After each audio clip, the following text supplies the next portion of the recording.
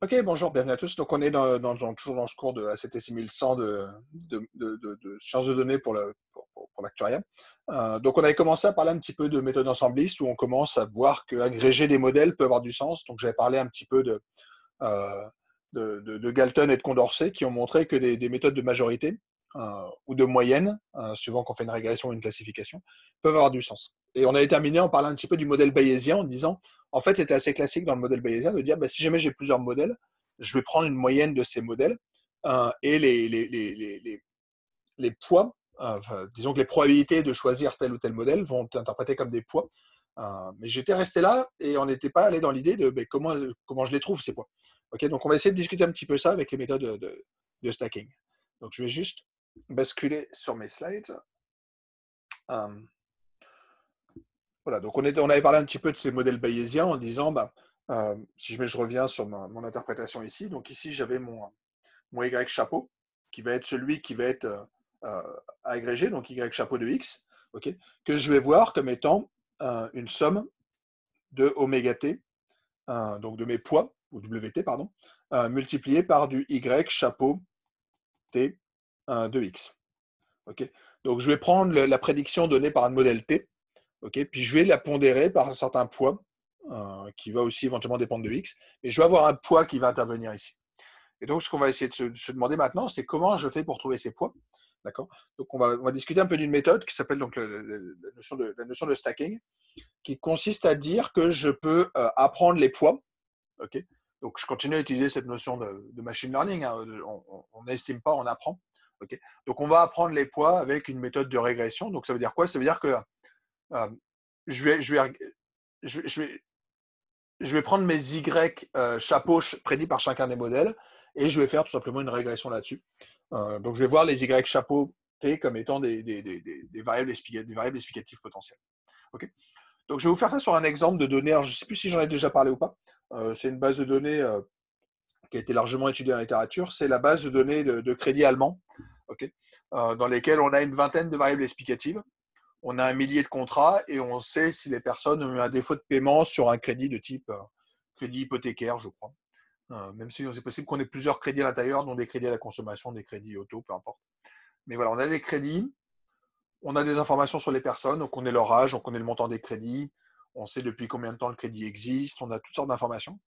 Et on essaye de prédire, c'est pas exactement un défaut, mais en tout cas, c'est un souci de remboursement d'un crédit. D'accord. Donc, je vous ai mis la base en ligne ici. Alors, elle existe dans pas mal de packages R. J'ai pris cette version-là parce que c'est tout aussi simple. La seule chose, c'est que j'ai pas mal de variables qui sont codifiées en 0, 1, alors que d'ailleurs, c'est des facteurs. Donc, je suis obligé de transformer en facteur pas mal de variables. Okay, quasiment toutes d'ailleurs. Donc, sauf quelques cas très particuliers comme l'âge, je crois, on a des variables factorielles.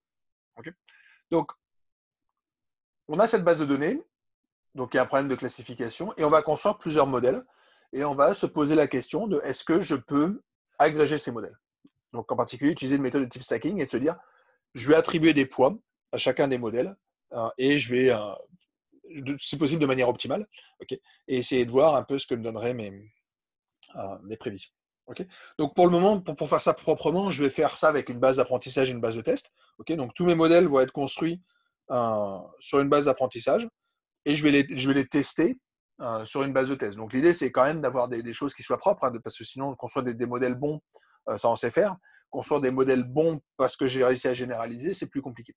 D'accord. Donc c'est ça qu'on va essayer de faire, c'est d'être bon sur une base de test. D'accord. Donc ma base de test, classiquement, elle va contenir un tiers des données. Oups. Donc je vais avoir un tiers des observations dans ma base de test et deux tiers dans ma base de validation. Pardon, dans ma base de train, d'apprentissage. Okay, donc je suis classiquement un tiers de tiers. Donc on va s'amuser à construire plusieurs modèles, juste parce que j'ai envie de voir ce que ça donne. Donc le premier modèle qu'on sait construire, c'est la régression logistique. Okay, donc je fais une régression logistique absolument stupide, dans le sens où je ne sais même pas de l'optimiser. Okay, je ne fais même pas un stepwise, je me contente de mettre toutes mes variables. Okay, donc je fais un GLM sur ma base d'apprentissage et je fais un predict. Donc PGLM, ce sera ma prévision qui a été faite sur ma base de test. Okay, et le response me permet d'avoir une probabilité. Okay, donc je renvoie une probabilité, mais ma probabilité, je peux la convertir en un classifieur en disant bah, si ma probabilité dépasse 1,5, dans ces cas-là, je le classe dans les 1 et sinon je le mets dans les 0. Okay. Donc mes classes vont consister à avoir des, des prédicteurs de 0 ou 1, contrairement à des probabilités. D'accord. Donc je vais faire cette distinction ici. Alors, il me faudrait quand même d'autres prédicteurs, enfin d'autres modèles, parce que sinon, l'agrégation de modèles, c'est bien, mais il faut pouvoir les construire. Alors, on n'a pas vu grand-chose pour l'instant. On a vu un arbre, donc on va se dire, bon, on va tenter un arbre. Donc, je fais un rpart. Okay. Donc, je mets tout le monde. Donc, encore une fois, j'essaie d'expliquer ma variable y avec toutes les variables qui sont dans ma base d'entraînement. Et je prédis la classe. Okay. Donc, je récupère comme ça mes classes sur ma base de test. D'accord. Donc, toujours la même stratégie. Hein. Je choisis une classe de modèle, je l'estime sur une base d'apprentissage, je fais ma prévision sur ma base de test et je stocke ces prévisions. D'accord. Et il m'en faut un troisième. Alors, on n'a pas vu grand-chose comme modèle, mais on a parlé un petit peu des SVM, en particulier les SVM avec des noyaux non linéaires. Okay. Essentiellement parce que des modèles SVM standards, ça ne donnera rien de plus. En gros, hein, je fais très rapidement qu'il y a une régression logistique. Okay. Tout comme je ne vais pas vous mettre un LDA, une analyse de Fisher, parce que ça me donne aussi quelque chose de linéaire. Donc, on est sur des modèles qui sont quand même très proches. Donc, j'ai tenté autre chose. Voilà. Peu importe ce que c'est, l'idée, c'est je me sors une boîte noire et puis on va voir si on peut l'utiliser. Ok, peu importe. Donc, il y a le package Kernlab qui permet de le faire. Donc, j'ai mon KSVM. Donc, je lui dis de prendre un noyau gaussien. Je mets un coup de 1. Okay, puis j'apprends sur ma base d'apprentissage et je prédis ma classe sur ma base de test. D'accord. Donc je me retrouve comme ça avec trois prédicteurs. Un prédicteur construit par des GLM, un prédicteur sur mes cartes, ma Classification Regression Tree, et un prédicteur SVM. D'accord. Donc j'ai toutes ces méthodes-là. Et ce que dit Condorcet, c'est de dire, bah, faisons un truc à la majorité. C'est pour ça que j'en ai construit trois. Okay. J'ai trois modèles et je vais prendre la majorité. Donc si jamais j'ai deux modèles qui me prédisent un 1, un qui prédit un 0, dans ces cas, je vais prédire un 1. D'accord. Donc, je vais juste essayer de vous. Alors, il y avait une histoire de question, enfin, pardon, une histoire de corrélation qui traînait. C'était que je vous disais que ça marchait bien, mais pour ça, il fallait quand même que les prédicteurs soient pas trop corrélés. D'accord. Alors, c'était une corrélation conditionnelle, mais peu importe, je peux essayer de regarder juste la corrélation entre mes prédicteurs. Okay. Alors, il y a juste une petite subtilité dans mes prédicteurs, c'est qu'ils prédisent une classe, en tout cas pour les cartes et les SVM. Donc, ça va prédire du 1 et du 2. Okay. Donc ça ne change rien à ma corrélation, mais je préfère tout translater pour récupérer une prédiction de 0 et de 1 pour la suite. Okay. Donc j'ai ma méthode carte, ma méthode GLM et ma méthode SVM, et on voit que il n'y a pas d'unanimité flagrante en tout cas. D'accord. Donc ma corrélation, elle est indiquée ici. D'accord. Donc elle est entre 0,37 et 0,55. Okay. Donc les modèles vont quand même dans le même sens. Okay. Mais manifestement, ils ne vont pas avoir toujours les mêmes prédictions. Donc, je n'aurai pas tout le temps des 1 pour les mêmes variables et des 0 pour les autres. Et visiblement, les modèles ne prédisent pas toujours la même chose. Okay. Donc, c'est bien, c'est exactement ce qu'on cherchait. On veut des modèles qui ne se comportent pas forcément toujours de la même manière. Et si possible, qui ne se trompent pas trop. Alors, je n'ai pas regardé quand ils se trompaient. Je ne vous ai pas fait pour l'instant de courbe ROC, mais on se doute que en tout cas, toutes ces méthodes-là doivent être en tout cas meilleures qu'une décision aléatoire. D'accord. C'est tout ce qu'on demandait. Donc, je vais mettre en place ma stratégie de vote. D'accord. Donc, comment est-ce que je fais pour voter? Bah, j'ai ma base DF qui contient mes votes, donc avec des 0 et des 1 pour mes trois colonnes. Okay. Et je vais tout simplement regarder, bah là, je somme mes colonnes. Si jamais je suis plus grand strictement que 1.5, on va voter pour 1. Okay. Donc, si jamais j'ai deux personnes ou trois personnes qui votent pour cette personne-là, enfin, qui me disent que j'ai un 1, dans ces cas-là, je pars sur l'idée que c'est un 1. Okay. Par contre, si jamais c'était 0 ou 1, je mets un 0. D'accord. Donc, c'est un raisonnement très très simple. J'ai soit tout le monde dit que c'est un 0, soit une personne, pardon, soit personne ne dit que c'est un 1, soit une personne dit que c'est un 1, deux personnes disent que c'est un 1, ou trois personnes disent que c'est un 1. Ma décision, elle est très simple. Je coupe au milieu. Ici, majoritairement, on prédit que ce sera un 0. Ici, majoritairement, on prédit que ce sera un 1. D'accord. Donc ici, c'est le nombre de votes pour 1. Okay. Donc si personne ne vote pour 1 ou si une seule personne vote pour 1, j'y crois pas. D'accord. Donc on peut se demander, est-ce que ce modèle-là marche? Alors comment je peux utiliser quelle métrique je peux utiliser? Ben, j'ai fait quelque chose de très simple. J'ai utilisé un AUC. Okay. Donc l'air sous la courbe. D'accord.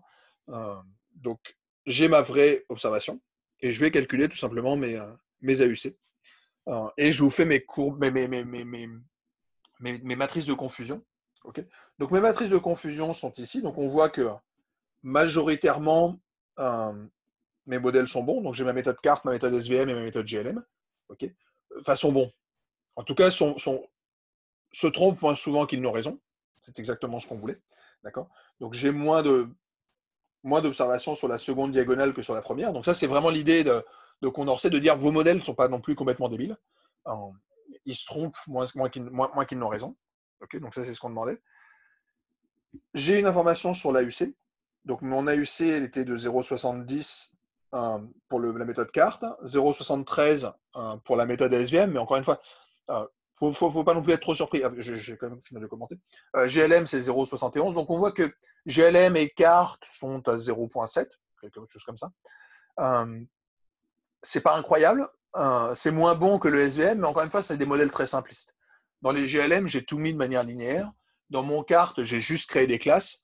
Donc, ce n'est pas non plus des méthodes incroyables. Le SVM va pouvoir tenir compte d'effets croisés et ce genre de choses, de non-linéarité.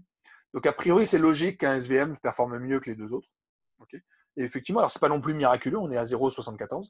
Ce qui est intéressant, c'est que quand je fais ma méthode de vote, okay, c'est ce qui apparaît ici, j'ai une accuracy à 0,74.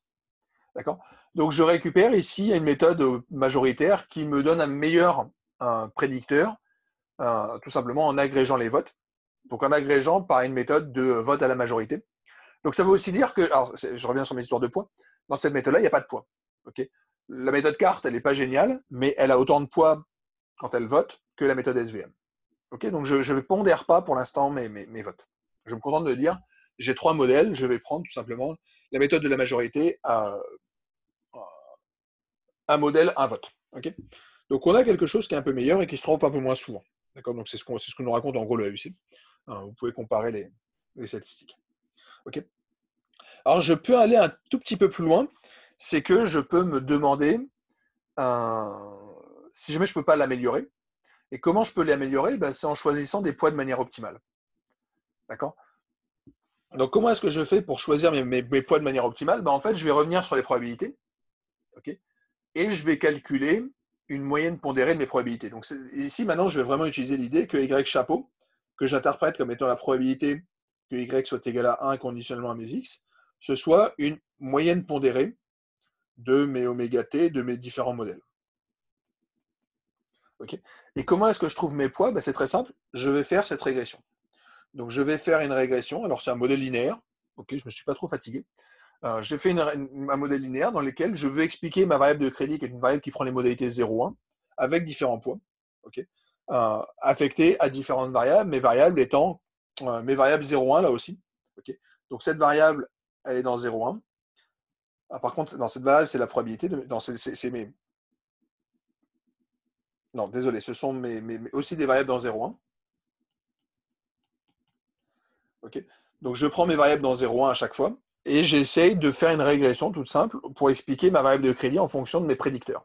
Okay, encore une fois, si jamais j'avais un modèle qui avait toujours bon, dans ces cas-là, je mettrais toutes mes billes sur ce modèle-là, je mettrais un poids de 1 et 0 aux autres. Okay, ici, des fois, on se trompe sur un modèle, mais l'autre a raison, donc il faut pondérer un petit peu tout ça.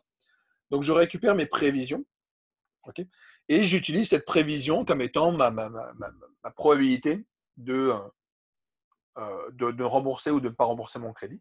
Okay. Là, ce qu'on voit, c'est que si jamais j'utilise la prévision de ce modèle-là qui est donnée par ce modèle, okay, donc je fais ma prévision par ce petit modèle linéaire, dans ces cas-là, on voit qu'on a un AUC qui est encore meilleur. Okay. Alors, est-ce que j'aurais pu faire mieux? Alors, encore une fois, j'ai fait un modèle simpliste en disant que je faisais un modèle LM. Si jamais je fais un GLM, j'ai exactement la même accuracy. D'accord. Donc, le fait d'utiliser un modèle LM n'est pas un problème. Okay, et on voit que c'est intéressant de se dire qu'on peut pondérer avec des poids différents en se disant si jamais il y a un modèle qui est un peu meilleur, j'ai peut-être intérêt à parier un peu plus souvent sur celui-là et donc, quelque part, lui donner un peu plus de poids dans les votes. D'accord. Donc, au lieu de faire un vote à la majorité, qui consiste à dire si jamais. Donc, le vote à la majorité, ça consistait à mettre des poids qui étaient de 1 ou de 1 tiers, si vous voulez, 1 tiers, 1 tiers, 1 tiers. Okay, si jamais la somme des poids est dépassée à 1,5, dans ces cas-là, je disais que la majorité l'avait emporté. Ici, je mets des poids qui sont un peu différents. Oméga 1, oméga 2, oméga 3. Je fais la somme pondérée, et si jamais je suis plus grand que 0,5, dans ces cas-là, je dis que ça l'emporte. Donc, quelque part, je mets des poids qui devraient corriger, enfin, qui devraient refléter la crédibilité que j'ai dans chacun des experts, quelque chose comme ça. Ok. Donc, j'ai pas mis les valeurs des poids, d'ailleurs, ici, j'aurais pu. Mais voilà. Donc, encore une fois, tout le code est reproductible, hein, vous avez qu'à le faire tourner. Donc, c'est juste pour vous donner une idée du stacking. Le stacking, c'est l'idée de dire, je vais construire plusieurs modèles, soit je les agrège de manière un peu simpliste, de manière en tout cas non liée à aux prédictions qu'elles ont faites, ou alors je tiens compte de la qualité des prévisions, okay, via ce petit modèle ici. Okay, et dans ces cas-là, normalement, vous récupérez un prédicteur qui est meilleur. Okay. Donc, on voit arriver l'idée que, au lieu de chercher des modèles compliqués, agréger peut être une solution intéressante, et en particulier agréger des modèles simples. Donc, c'est ce qu'on va commencer à regarder un petit peu après. Okay. Ici, je vous ai fait exactement la même chose, donc non plus en travaillant sur des histoires de vote et de majorité, mais en travaillant sur des probas. Okay. Donc, en regardant les probabilités de chacun des modèles. Donc, j'ai fait exactement la même chose. J'ai pris ma proba de GLM, ma proba par la méthode carte, j'ai ma proba par les SVM. Alors, encore une fois, j'en ai parlé très rapidement de cette histoire de proba dans les SVM. En fait, je vous rappelle que dans les SVM, on a une distance par rapport à la droite. Okay, donc, on essaye d'avoir la plus grande marge autour de ma droite. Okay, et qu'on pouvait interpréter la distance via une espèce de régression logistique pour avoir une interprétation en termes de proba. Okay, c'est un peu artificiel, mais peu importe. Enfin, artificiel. C'est en fait ce qu'on fait dans le modèle linéaire. Dans le modèle linéaire, vous avez cette combinaison linéaire, vous prenez l'exponentielle de la combinaison linéaire sur 1 plus l'exponentielle de la combinaison linéaire. Là, on fait exactement la même chose dans les SVM, en sachant juste que la combinaison linéaire a un petit peu changé. Okay, donc, c'est artificiel, mais c'est pas non plus stupide. D'accord. Donc, la seule petite subtilité pour le faire, c'est qu'il faut que je demande, quand je fais mon estimation, de calculer une proba. D'accord. Donc, je suis obligé de relancer ma procédure KSVM. Et donc, je récupère comme ça mes 3 probabilités. D'accord. Donc, là encore, on peut regarder est-ce que les probabilités sont concordantes. Okay. Donc, en tout cas, elles sont corrélées positivement. Elles sont corrélées plus positivement que les 0 et les 1. D'accord. Puisque cette fois-ci, je vais de 0,5 à 0,8. Okay. Donc, on a une corrélation relativement forte entre le GLM et le SVM, ici. Quoi d'autre? Non, mais c'est à peu près tout. Hein. On a une corrélation intéressante entre les probabilités. Donc, maintenant, on va construire nos prédictions. D'accord. Donc, la prédiction peut consister à dire je vais récupérer une moyenne qui sera la moyenne des probabilités. Okay. Donc, avec la moyenne des probabilités, donc là, on est vraiment sur cette problématique d'agrégation. J'ai construit des modèles qui me donnent chacun une probabilité. J'ai besoin d'avoir une probabilité pour l'ensemble. Je peux faire la moyenne. Donc, je donne un tiers à tout le monde. Et dans ces cas-là, on voit qu'on a un modèle qui est meilleur. Encore une fois, on est à 0,74. Donc, on est assez proche de celui qu'on avait obtenu en faisant des votes à la majorité. Visiblement, je peux encore l'améliorer un tout petit peu en prenant une médiane. Donc là, on commence à voir arriver une discussion qu'il faudra qu'on ait un jour sur comment est-ce que j'agrège. D'accord. Alors, la discussion qu'on aura sera assez rapide parce que la règle qui l'emporte majoritairement, c'est toujours de faire des moyennes. Mais on voit apparaître l'idée que peut-être qu'une médiane, c'est pas non plus stupide. Et là, je renvoie à une discussion qu'on a peut-être eu un petit peu précédemment, qui est que les médianes sont plus robustes, okay, dans le sens où si jamais j'ai des points aberrants, donc si jamais il y a des modèles qui se trompent fortement, dans ces cas-là, ils risquent de faire dévier un peu ma moyenne. La médiane peut être intéressante, elle se rapproche assez fortement de la méthode de majorité, en fait. Okay. Et ces méthodes ensemblistes, alors juste une petite digression, elles ont été très populaires au cours des dernières années, en particulier quand un peu avant 2010, il y a eu la compétition Netflix. Donc vous avez peut-être déjà entendu parler, sinon je vous explique rapidement, mais Netflix avait proposé un prix d'1 million de dollars en disant si jamais vous arrivez à améliorer notre modèle. Donc Netflix, le modèle, c'était celui qui vous permet de faire des suggestions de films à regarder. Okay. Donc vous avez des historiques de films regardés par certaines personnes. Les personnes viennent de regarder un certain nombre de films. Il faut prédire, alors pas prédire, il faut suggérer un film. Et ce qu'on se demande, c'est est-ce que la suggestion a été suivie ou pas. Okay, donc vous prédisez quelque chose et la question, c'est est-ce que la personne a regardé le film. Alors je ne connais plus les règles exactes du jeu, mais c'était ça. Okay. Et en fait, il s'avère que l'algorithme qui a gagné, qui venait des labos de chez Bell, avait travaillé par méthode ensembliste en construisant 107 modèles. et en agrégeant tout ça. Okay. Donc il y a une petite discussion que je vous encourage à aller voir, mais en fait, dès le début, ils avaient dit qu'il y aura un succès de ces méthodes ensemblistes à condition que ces modèles permettent d'expliquer des choses différentes. Okay. Donc on voit arriver l'idée que il faut que les modèles soient le plus complémentaires possible, okay, pour que ça soit intéressant. Et que dans ces cas-là, ça marche. Donc effectivement, ils avaient fait à la fois le meilleur modèle, et en plus, ils avaient dépassé l'objectif qui était qu'il fallait que, en gros, quelque part, le AUC soit 10% meilleur que le modèle interne de Netflix. C'était le cas. Ça le battait très, très, très légèrement, mais ça le battait. Donc la morale de l'histoire, enfin, il y en a deux en fait dans cette histoire. C'est que la première, c'est que les méthodes ensemblistes marchent bien. Donc ils étaient juste devant l'équipe de Stanford qui avait proposé une méthode qui performait relativement bien, en tout cas très proche de celle-là. Mais l'histoire s'arrête pas là. C'est qu'en fait cette méthode, effectivement, elle a gagné. Ils ont effectivement eu leurs millions de dollars offerts par Netflix, mais en fait la méthode n'a jamais été utilisée. En fait, elle était tellement compliquée que Netflix l'a jamais mis en œuvre parce que c'est compliqué. Donc les méthodes ensemblistes, elles ont ce double penchant ce double tranchant qui est que elles nous donnent des meilleures choses. Donc elles peuvent être bonnes d'un point de vue formel, d'un point de vue théorique, sauf que la mise en œuvre peut s'avérer compliquée. Et on le verra en particulier dans les méthodes que je vous présenterai, les méthodes de random forest et de boosting. Ça peut donner des choses complexes, ça peut prendre du temps à estimer, mais surtout, ça vous crée des sommes de modèles. Okay. Et ça, regardez juste sous R quand vous essayez de le programmer. Quand vous allez programmer un random forest ou un boosting, ça vous crée souvent des objets qui sont relativement lourds à manipuler. Ça vous fait des objets qui peuvent faire plusieurs mégas en mémoire parce que voilà, c'est pas une régression où j'ai 10 facteurs à stocker. Vous allez stocker des centaines, voire des milliers de modèles, plus ou moins compliqués. Okay, donc ça prend de la place. Donc c'est compliqué à construire, c'est compliqué à faire tourner, mais ça performe bien. Voilà. Donc on est avec encore une fois, un problème assez classique d'arbitrage en statistique, qui est qu'on ne peut pas gagner sur tous les tableaux. Okay, on a des méthodes qui marchent bien, mais qui sont complexes et surtout qui sont des vraies boîtes noires. C'est-à-dire que l'output est très très difficile à analyser. Ok. Je vais juste, alors j'ai un petit souci de connexion Internet. Ok, j'ai réussi à changer le slide. Donc, je vais quand même vous parler des méthodes d'ensemblisme parce qu'il y a quand même des choses très intéressantes qui peuvent se faire avec ces méthodes-là. Et en particulier, les prédicteurs qu'on va s'amuser à construire sont basés sur des arbres, sur les trees. Donc, on va voir comment est-ce qu'on peut utiliser ces arbres dans un contexte de méthode ensembliste. Pourquoi les arbres sont intéressants? Alors, un des gros défauts des arbres, et j'en avais pas parlé précédemment, c'est qu'ils sont instables. Donc, la notion de stabilité, c'est quoi? C'est le fait que si jamais vous refaisiez tourner le modèle, forcément, il faudrait le faire tourner sur d'autres données, d'accord? Vous pourriez avoir des choses relativement différentes. Alors, ce que j'appelle différente, c'est que la prévision ne sera pas forcément très différente, mais la structure de l'arbre peut être très différente. Je vous ai fait un petit exemple. Qu'est-ce qui se passerait si jamais je m'amusais à faire des échantillons de type base d'apprentissage, base de test? Okay. Donc j'ai 71 données dans ma base Myocard, je vais créer des échantillons de taille 47, ce qui représente à peu près le tiers. Okay.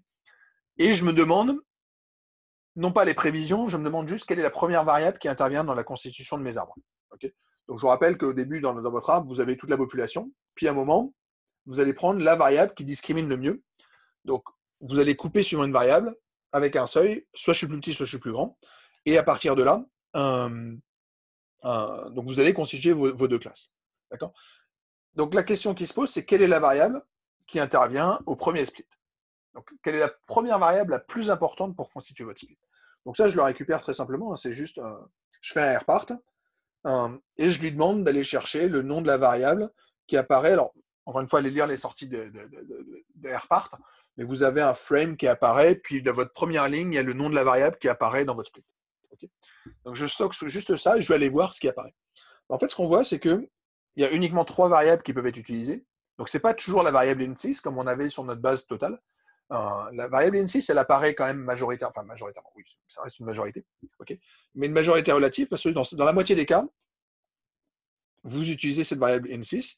Dans l'autre moitié des cas, dans à peu près 25%, et 25%, on utilise les variables incar et répul. Donc ça, c'est lié à quelque chose qu'on avait vu, qui est, quand j'avais parlé de la notion de variable importance, qui consiste à dire, OK, quand je regardais les valeurs de mes indices de Gini en découpant suivant N6, en découpant suivant un quart ou en découpant suivant Répul, j'étais quand même relativement élevé. D'accord. Donc, si je prenais moins l'indice de Gini. Mais en tout cas, certes, c'était N6 la meilleure, mais les autres s'en tiraient quand même relativement bien. Et c'est ce qu'on voit apparaître ici. En rééchantillonnant, tout d'un coup, les autres variables peuvent devenir un petit peu plus intéressantes. D'accord. Donc, en termes de variable importance, les trois sont importantes. Okay, mais ce qu'on voit, c'est que ça me change ma structure d'arbre. Et ça, c'est intéressant parce que changer la structure d'arbre, ça fait que ça va changer votre partition. Et donc, ça va vous créer de la non-corrélation. Donc, les arbres sont bien parce que c'est exactement ce qu'on cherche. On veut des estimateurs qui vont changer pas mal dès lors qu'on va en construire un plein. D'accord. Donc, on voit que les arbres sont sûrement une méthode intéressante dans ces méthodes ensemblistes parce que les prédictions qu'on va obtenir, certes, seront corrélées, mais il y aura quand même des différences parce qu'en fait, les partitions vont être différentes. D'accord. Donc, je vais vous parler ici d'une méthode. Donc, c'est des notions de random forest, donc de forêt aléatoire, okay, qui sont basées sur cette histoire d'arbres. Okay. Donc, avant de parler de random forest, je vais parler d'une méthode qui est la méthode de bagging. D'accord. Donc, l'histoire du bagging, c'est, encore une fois, le random forest est une méthode de bagging. Okay. C'est juste qu'il y a une toute petite subtilité à un moment. C'est qu'on ne va pas juste échantillonner dans nos observations pour créer d'autres bases, on va aussi échantillonner dans les variables. Donc, c'est la seule petite subtilité entre le bagging et la random forest. Le bagging, c'est du bootstrap aggregating. Donc, on va utiliser ces méthodes d'agrégation où on va utiliser plein d'arbres. Donc, l'idée, c'est très simple. Hein, c'est je bootstrap, c'est-à-dire que je vais créer des échantillons possibles à partir de ma base d'apprentissage. Okay. Je vais construire des arbres et je vais récupérer des prévisions. Okay. Et c'est ça qu'on va agréger par la fin. Donc l'idée des arbres, c'est que ça me donne des estimateurs qui sont pas complètement mauvais. On l'a bien vu tout à l'heure quand j'avais fait ma base de crédit, on était quand même avec un AUC à 0.7, donc c'est pas ridicule. Okay. Par contre, les prévisions vont être assez instables. Donc l'instabilité que j'avais sur mes partitions, elle peut être relativement importante, en particulier quand je ne vais pas très loin. Okay. Si jamais je fais des grands arbres, il n'y a pas de souci. Enfin, plus mes arbres seront profonds, plus il y a de chances pour qu'ils me prédisent à peu près la même chose. Mais si jamais je fais des arbres avec une profondeur de 2 ou 3, c'est-à-dire que si jamais je me récupère 4 ou 8 nœuds terminaux maximum, dans ces cas-là, je peux avoir des variations importantes, c'est-à-dire une variabilité dans mes prévisions. Okay. La méthode d'agrégation va permettre de réduire cette variance, okay, et d'avoir des estimateurs qui seront meilleurs. Donc voilà un peu pour l'idée générale de ces random forest. Donc l'idée, j'ai oublié un peu le terme de random forest, on va revenir juste sur l'idée d'un algorithme de bagging. Donc le bagging, c'est quoi? Et encore une fois, vous le connaissez parce que c'est ce que je faisais sans le dire dans mes méthodes de bootstrap que je faisais dans les méthodes de régression. Et je vous renvoie là encore aux capsules que j'avais fait sur les méthodes de simulation. Ça consistait juste à dire, je rééchantillonne, je calcule mes estimateurs. Alors moi, je l'avais utilisé pour vous dire, mais on récupère une normalité de nos estimateurs bêta chapeau, okay, dans un modèle de régression linéaire. Mais on est allé un peu plus loin en disant, en fait, on a même une normalité de mes Y chapeaux. Okay. Donc ça se justifie encore une fois par toutes sortes de choses. Enfin, le fait qu'on ait des estimateurs gaussiens puis qu'on fasse des combinaisons linéaires d'estimateurs gaussiens, ça reste quelque chose de gaussien. Okay. Donc on avait cette normalité de nos prédicteurs, mais c'est ce qu'on va essayer d'utiliser ici en se disant, alors, ma normalité, je m'en fiche. D'accord. Éventuellement, si je veux des intervalles de confiance, le fait d'avoir la distribution de mon Y chapeau, ça me suffit. D'accord. Mais ce qu'on veut, c'est récupérer des prévisions. Okay. Encore une fois, l'idée du bagging, c'est de ne pas regarder le modèle, parce que le modèle, il va être compliqué. Le modèle, c'est un arbre. Une agrégation d'arbres, c'est une agrégation de partitions, c'est un truc tordu. Donc, ce qui m'intéresse seulement, c'est l'agrégation des prévisions. Okay. Donc, je reviens juste sur encore une fois, reprenez les toutes premières capsules sur les modèles prédictifs, sur le modèle supervisé. On est dans une logique, non pas de regarder ce qui se passe dans le modèle, d'avoir le contenu de la boîte, mais de regarder juste les sorties en output. Okay. Donc, on est vraiment dans l'idée de se contenter de faire des arbres pour récupérer des prévisions. D'accord. Donc, je vais commencer par la première étape qui consiste à dire je génère des données. Okay. Donc, je les génère comment? Je les génère par Bootstrap. D'accord. Donc, je vais me générer B base, okay, d'apprentissage. Okay. Sur chacune des bases, je vais construire un modèle. Okay. Donc, encore une fois, dans le cours de modèle linéaire appliqué, je faisais des régressions logistiques, je faisais des régressions linéaires. Encore une fois, même quand j'introduisais la régression logistique, dès les premières capsules, je vous rappelle, on commençait à voir, je me souviens qu'on travaillait sur la base de données du Titanic, je faisais une régression linéaire, un GLM, une régression logistique sur la probabilité de survie dans les données du Titanic et on essayait de regarder la probabilité que 2 personnes prises au hasard, Kate et Leonardo, survivaient. Okay, donc je construisais un F chapeau qui était une probabilité et je regardais la distribution de ces choses. D'accord, donc on s'amusait à regarder la distribution de mon modèle. Donc, dans un problème de classification, mon modèle peut être soit construit sur les probabilités, soit construit sur les classes. Okay, encore une fois, si je travaille sur les classes, j'utiliserai une méthode de majorité. Si j'ai des probabilités, je peux travailler sur des moyennes. D'accord, c'est la seule subtilité. Si je fais un problème de régression, je récupère le prix moyen des maisons avec différentes bases de données.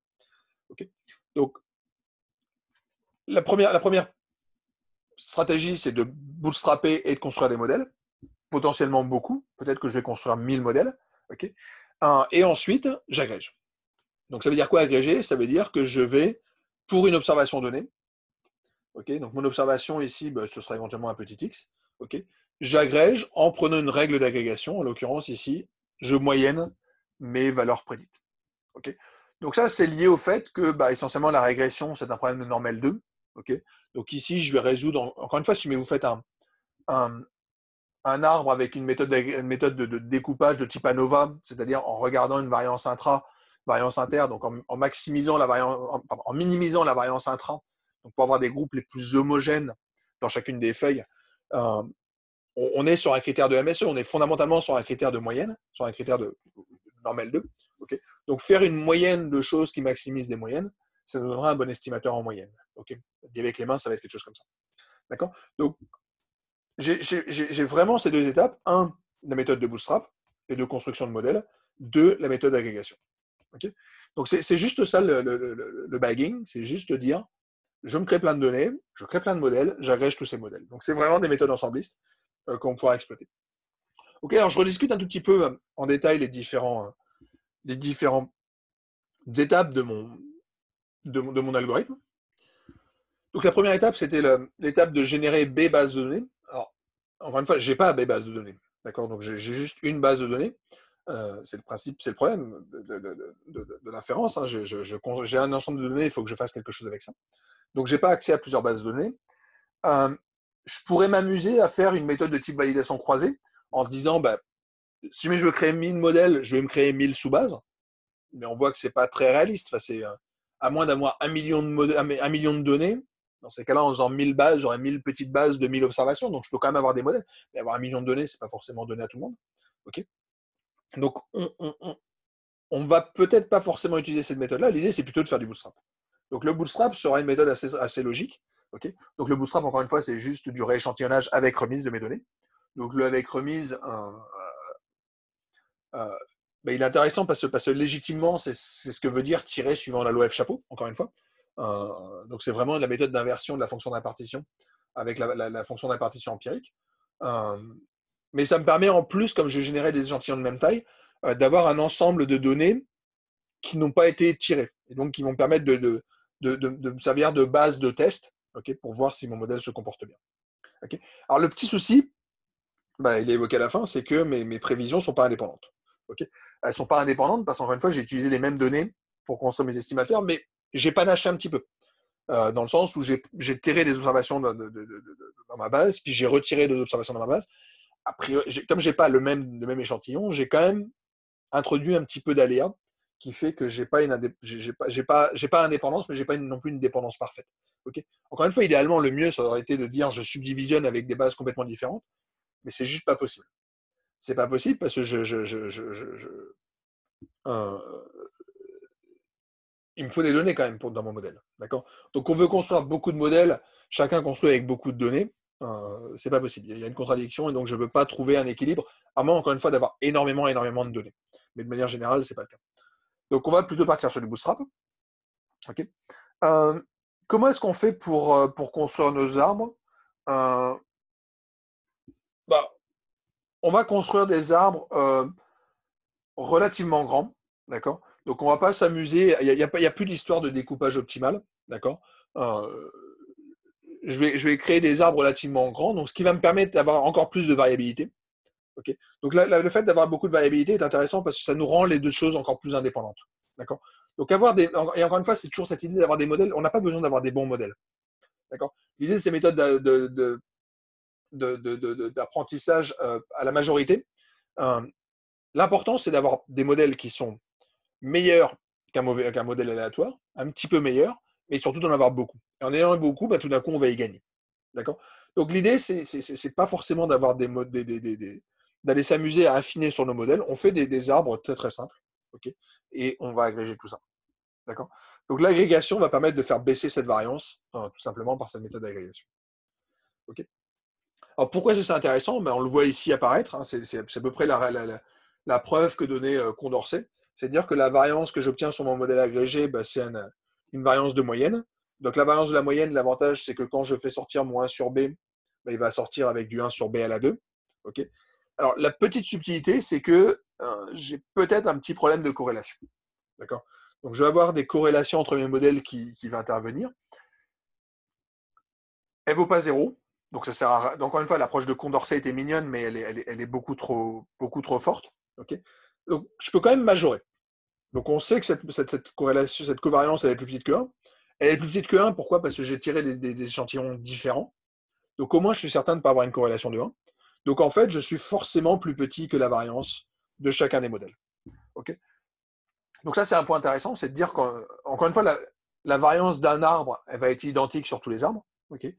Je prends un arbre pris au hasard. Okay. Ce que je suis juste en train de vous dire, c'est qu'agrégé va forcément vous donner quelque chose de plus faible en termes de variance. Donc j'ai forcément une variance plus faible. Je ne sais pas de combien, mais je suis forcément plus faible. Donc quelque part, j'y gagne, donc j'ai intérêt à le faire. D'accord. Il y a pas. Alors le lien avec B, alors si jamais on veut creuser. Alors, ce que ça semble dire non plus, c'est que le nombre de modèles que je vais créer n'intervient pas vraiment. En tout cas, j'ai du mal à voir comment est-ce qu'il va intervenir, parce qu'en fait, ça se simplifie ici. Donc, si jamais je vais aller un petit peu plus loin, il va peut-être falloir que je quantifie ce que pourrait être cette corrélation. Alors, le plus simple, c'est de se dire, ma variance, elle est donnée, elle vaut sigma 2, ma corrélation, elle vaut R. Bah, dans ces cas-là, si jamais j'ai une corrélation qui est donnée, comment est-ce que je récupère, que vaut ma variance? Ma variance, elle a une partie fixe, okay, contre laquelle je ne pourrais pas me battre. Okay. La seule chose, c'est que j'ai cette partie-là, et cette partie-là me dit quand même j'ai intérêt à avoir pas mal de modèles, parce que plus mon B sera grand, plus cette partie-là va être faible. Okay. Donc on a quand même intérêt à avoir pas mal de modèles, mais on voit que c'est pas ce qui va me faire tendre la variance vers 0 en tout cas. Okay. Donc, après, on a juste un arbitrage entre un problème d'efficacité computationnelle et de, de qualité statistique. Okay. Si jamais j'en ai 1000 ou si jamais j'en ai 1 milliard, ça va peut-être pas changer grand-chose. Encore une fois, j'ai toujours cette borne en dessous de laquelle je peux pas aller. Okay. Donc, oui, avoir ce B qui sera le plus grand possible, ça m'intéresse, mais ça sert peut-être à rien de faire des choses totalement différentes. Donc, c'est pour ça que classiquement, on va prendre à peu près 1 millier de modèles. Souvent, ça suffira et le gain qu'on aura en prenant plus sera relativement infime.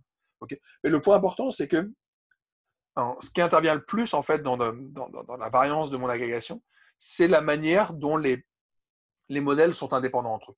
Plus ils vont être indépendants entre eux, donc plus cette corrélation se rapproche de 0, plus cette composante se rapproche de 0. Et là, effectivement, si j'ai des modèles qui sont très indépendants, dans ces cas-là, cette partie-là va tendre vers 0. Donc j'ai vraiment mon 1 sur B qui intervient.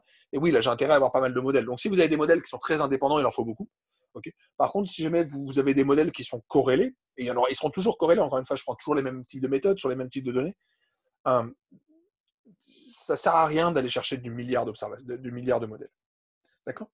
Donc je vais m'arrêter là, mais bah, ça va être l'idée. Encore une fois, je vous dis qu'on peut en avoir plusieurs. Les milliers d'arbres, pour moi, ça suffit. Okay. En avoir 1 millier, en avoir 10 000, généralement, ça ne change pas grand-chose en termes